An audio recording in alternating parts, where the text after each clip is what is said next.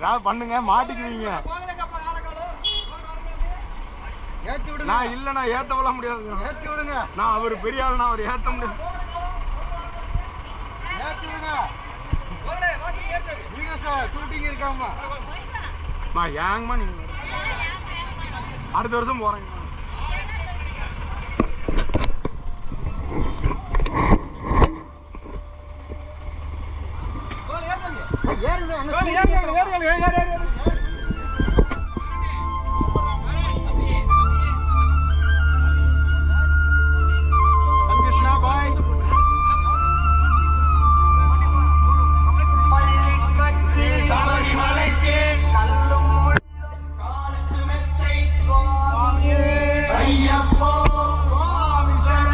ஐயப்ப சரணம் பள்ளிக்கட்டு சபரிமலைக்கு